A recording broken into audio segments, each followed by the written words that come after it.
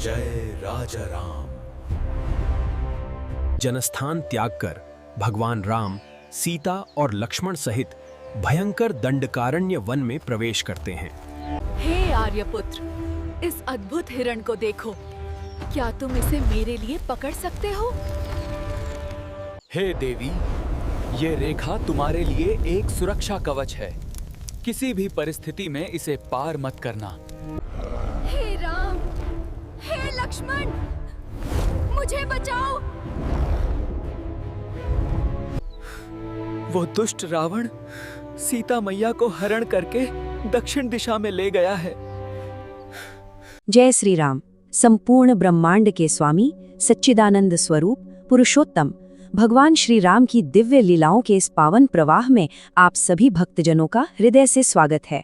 आज हम उस पवित्र वन में प्रवेश करने जा रहे हैं जहाँ का कण कण राम नाम की ध्वनि से गूंज रहा है, जहाँ के प्रत्येक पत्ते में प्रभु की अद्भुत लीला छिपी हुई है। जी हाँ, आज हम श्री रामायण के हृदय अरण्य कांड की उस रोमांचक और परम भक्तिमयी गाथा का रसपान करेंगे। ये वो अध्याय है जहाँ मर्यादा पुरुषोत्तम की अलौकिक करुणा और आसुरी शक्तियों के विनाश का संकल्प अपनी पराकाष्ठा पर पहुँचता है। तो तैयार हो जाइए, क्योंकि यह यात्रा केवल वनवास की नहीं, बल्कि पृथ्वी पर धर्म की पुनर्स्थापना के लिए किए गए दिव्य शक्ति प्रदर्शन का एक जीवंत महाकाव्य है। भक्तों, अरण्यकांड को केवल वन में भटकने की कहानी समझने की भूल मत कीजिएगा।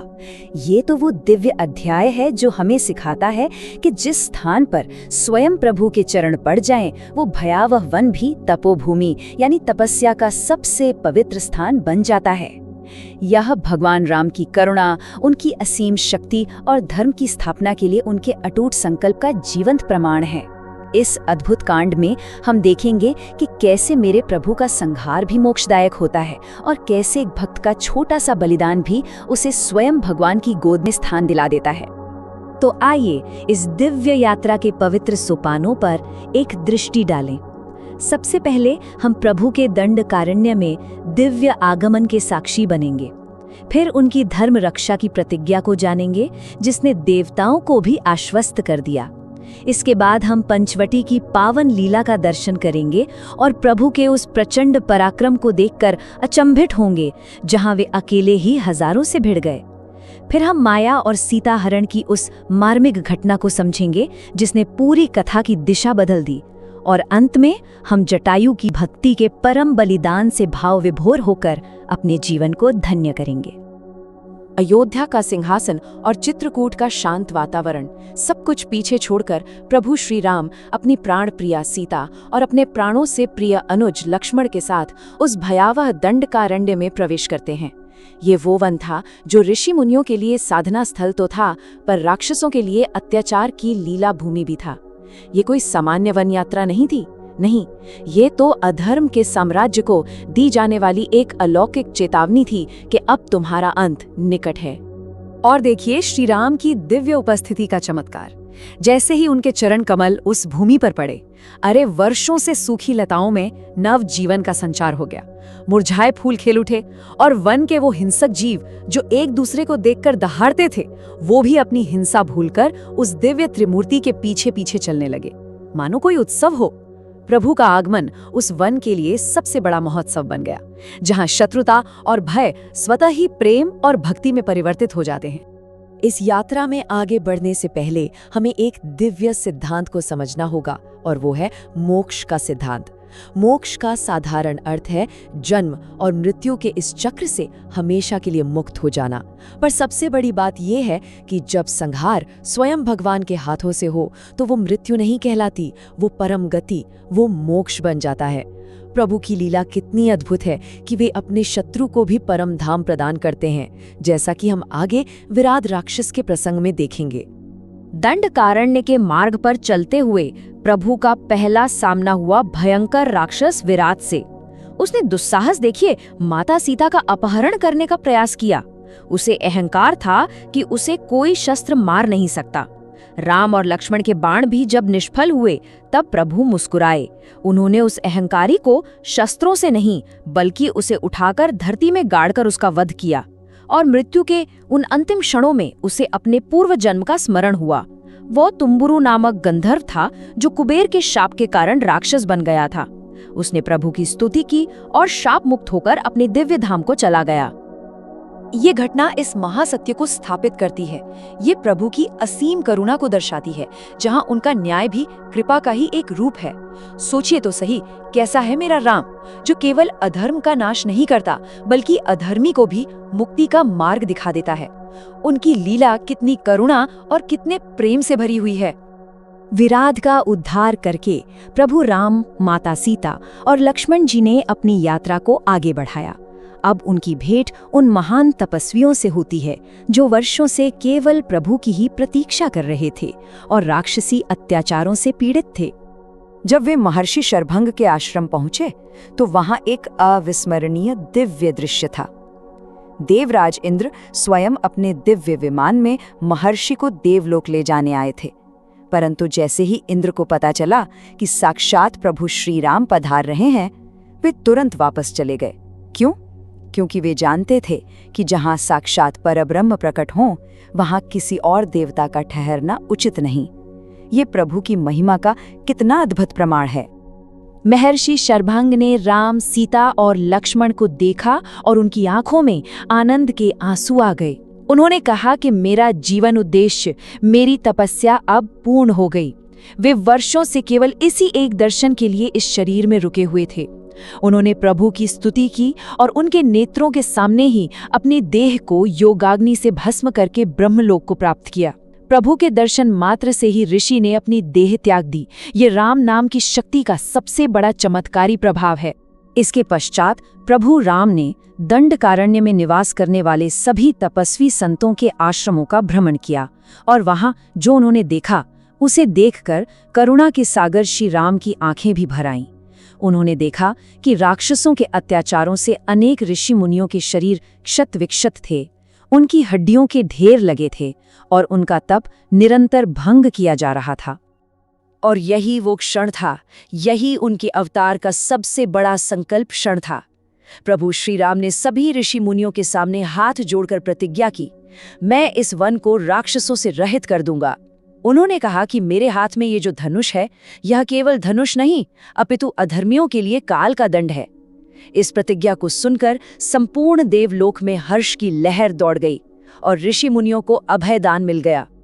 ऋषि मुनियों को अभयदान देने के पश्चात प्रभु राम अगस्त्य मुनि के आश्रम पहुंचे और यहीं से कथा एक नए और बहुत ही महत्वपूर्ण मोड़ पर पहुंचती है। गोदावरी के तट पर स्थित सुंदर पंचवटी, जो शांति और सौंदर्य का प्रतीक थी, अब एक ऐसी लीला का मंच बनने वाली थी जो संपूर्ण ब्रह्मांड की दिशा को हमेशा के लिए बदल देगी।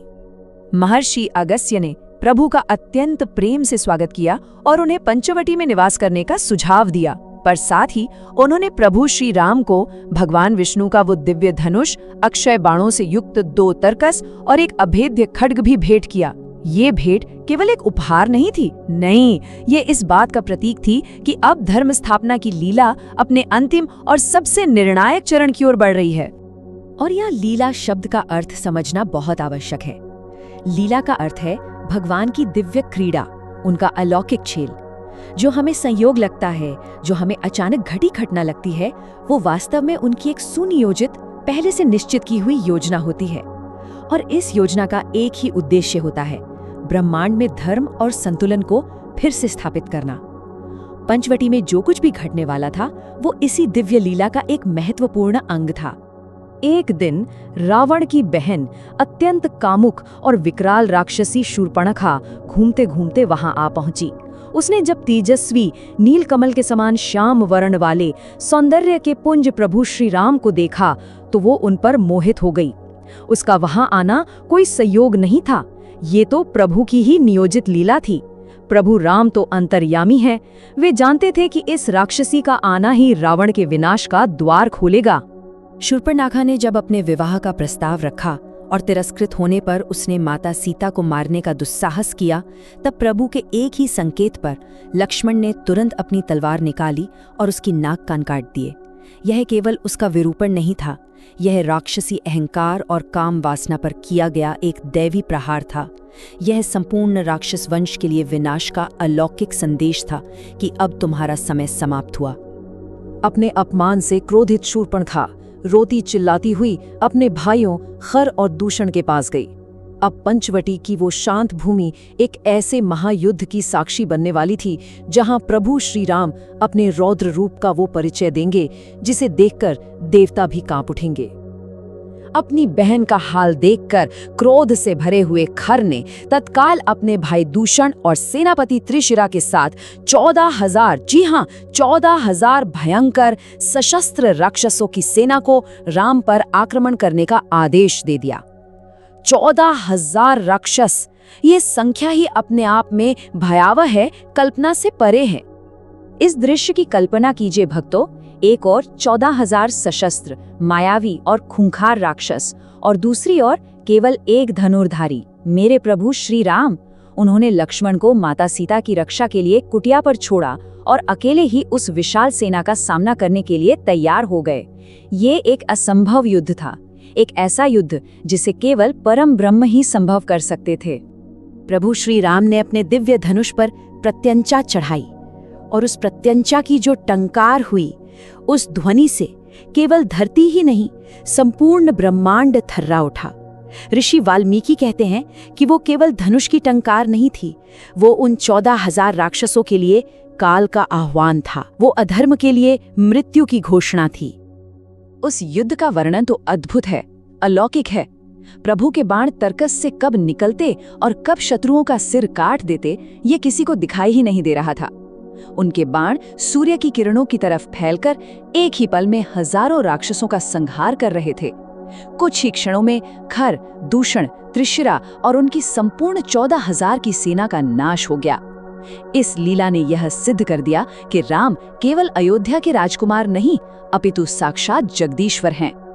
इस महाविनाश की सूचना जब लंका में रावण को मिली तो वो क्रोध, भय और प्रतिशोध की ज्वाला में जल उठा।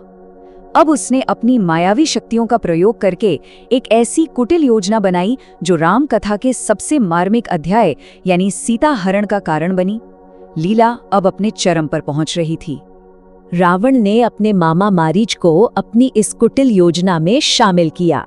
मारीच ने एक ऐसे स्वर्ण मृग यानी सोने के हिरण का रूप धारण किया जो पंचवटी की कुटिया के पास आकर खेलने लगा। वो इतना अलौकिक और इतना सुंदर था कि उसे देखकर कोई भी मोहित हो सकता था। पर प्रश्न ये उठता है कि ये स्वर्ण मृग वास्तव में कौन था? जी हाँ, वो कोई और नहीं बल्कि मायावी राक्षस मारीच था। माँ सीता ने जब उस अद्भुत मृग को देखा तो उन्होंने प्रभु श्री राम से उसे लाने का आग्रह किया। अब देखिए प्रभु की लीला। प्रभु राम जो अंतर्यामी हैं, वो तो सब कुछ जानते थे। वे जानते थे कि ये मारीच है और ये रावण की योजना का हिस्सा है। फिर भी उन्होंने इस लीला में सहयोग किया क्योंकि इसी घटना से रावण के सर्वनाश का मार्ग खुलना था। प्रभु ने उस मृग का पीछा किया और अपने एक ही बाण से उसे भेद दिया। बाण लगते ही मारीच अपने असली राक्षस रूप में आ गया। पर मरते समय रावण की योजना के अनुसार उसने ठीक श्री राम की आवाज में जोर से चीत्कार किया, हा सीता, हा लक्ष्मण, ताकि कुटिया में बैठी माता सीता और लक्ष्मण को ये भ्रम हो कि प्रभु किसी बड़े संकट में है। रावण की पूरी कुटिल योजना अब स्पष्ट थी। मारीच की छल भरी चीख सुनकर माता सीता व्याकुल हो उठी और उन्होंने लक्ष्मण को प्रभु की सहायता के लिए जाने को विवश कर दिया। लक्ष्मण के बहुत समझाने पर भी जब वे नहीं मानी तो लक्ष्मण को जाना पड़ा। और जैसे ही लक्ष्मण गए, रावण जो एक साधु भिक्षुक के वेश में छिपा था, कुटिया के पास आया और भिक्षा मांगने लगा। उसने ऐसी परिस्थिति उत्पन्न की कि माता सीता को लक्ष्मण द्वारा खींची गई वो रक्षा रेखा पार करनी ही पड़ी। और जैसे ही उस दिव्य रेखा का उल्लंघन हुआ, रावण अपने असली विकराल रूप में प्रकट हो गया। उसने बलपूर्वक माता सीता को पकड़ा और उन्हें अपने पुष्पक विमान में बिठाकर लंका की ओर उड़ चला। ये केवल एक रेखा का उल्लंघन नहीं था, ये धर्म की मर्यादा का उल्लंघन था, जिसका परिणाम रावण को अपने संपूर्ण वंश के साथ भुगतना ही था। सीता का हरण केवल एक दुर्भाग्यपूर्ण घटना नहीं थी, यह संपूर्ण ब्रह्मांड में धर्म विरुद्ध किए गए कृत्यों का प्रतिकार और रावण के पाप का प्याला भरने का दिव्य संकेत था। और इसी अंधकारमय क्षण में हमें भक्ति, शौर्य और बलिदान की एक ऐसी दिव्य किरण दिखाई देती है जिसने इतिहास में अपना नाम अमर कर लिया, और वो थे पक्षीराज जटायु।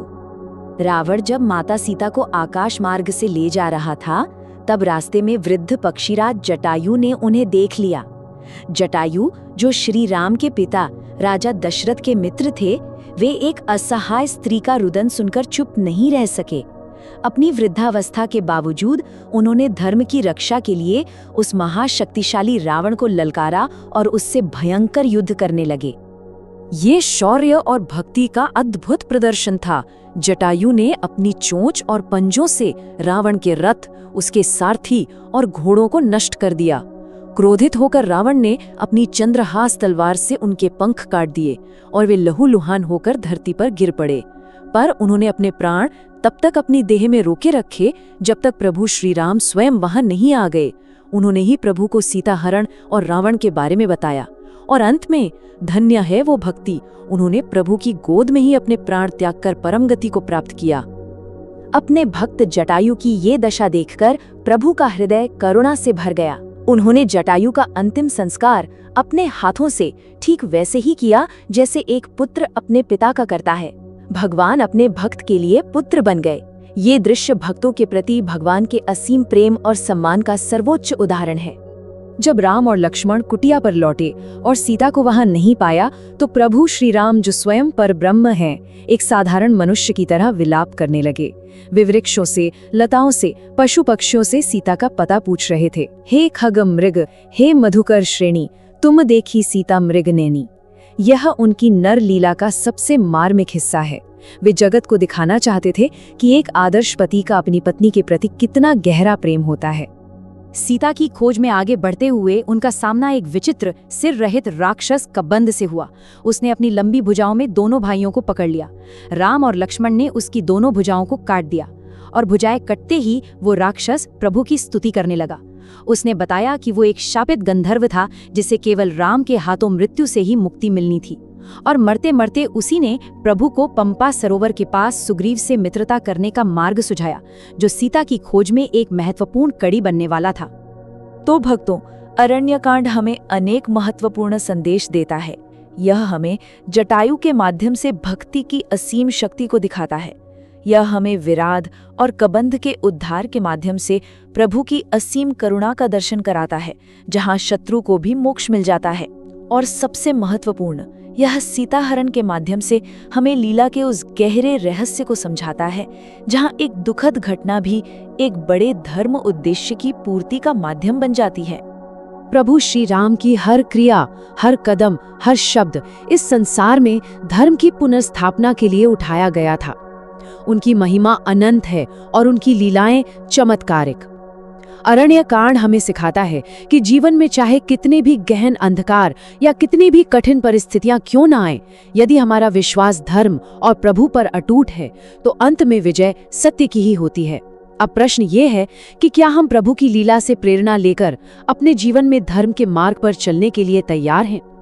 इसी तरह के अन्य वीडियो के लिए वीडियो को लाइक करें, चैनल को सब्सक्राइब करें और कमेंट बॉक्स में जय श्री राम लिखें। प्रभु आपका कल्याण करेंगे। जय श्री राम।